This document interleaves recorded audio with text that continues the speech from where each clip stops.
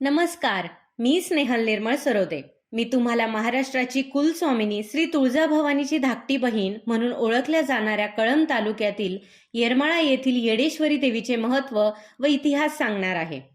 प्रभू रामचंद्र ज्यावेळी वनवासाला निघाले तेव्हा श्रीराम यांचे सीतेवर किती प्रेम आहे हे बघण्यासाठी देवी पार्वतीने सीतेचे रूप घेतले व श्रीराम यांना भुलवण्याचा प्रयत्न केला.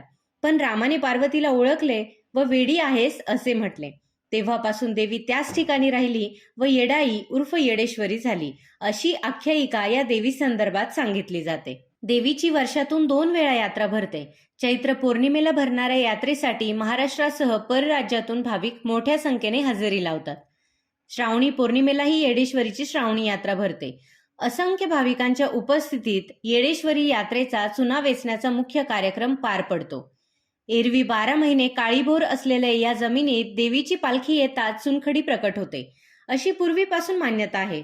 त्यानंतर वेचलेल्या चुन्याच्या खड्यांच्या राशी केल्या जातात. पालखी मंदिरात परतल्यानंतर ही चुनखडी भाजून मंदिर चुन्याने रंगवले जाते.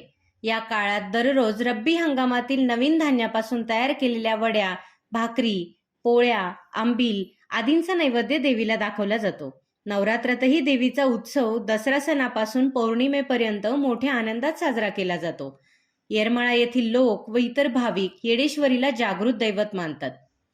तर ही माहिती तुम्हाला कशी वाटली ते कमेंट करून सांगा. लाईक आणि सबस्क्राईब करायला विसरू नका. धन्यवाद.